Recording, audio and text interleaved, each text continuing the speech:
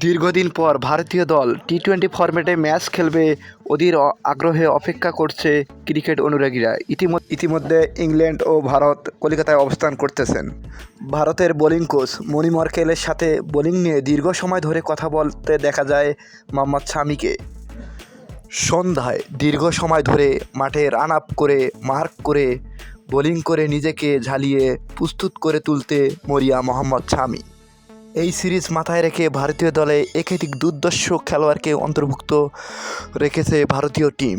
সবথেকে উল্লেখযোগ্য বিষয় হলো দীর্ঘ সময় পর জাতীয় দলে ফাস্ট বোলার মোহাম্মদ শামি। ওডিআই বিশ্বকাপের ফাইনালে তিনি ভারতের হয়ে শেষ ম্যাচ খেলেছিলেন।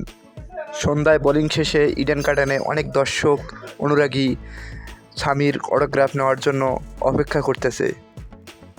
শামির দাপটের বোলিং অ্যাকশন দেখতে ইডেন গার্ডেনের দর্শক সেই অধীর আগ্রহে অপেক্ষা করতেছে।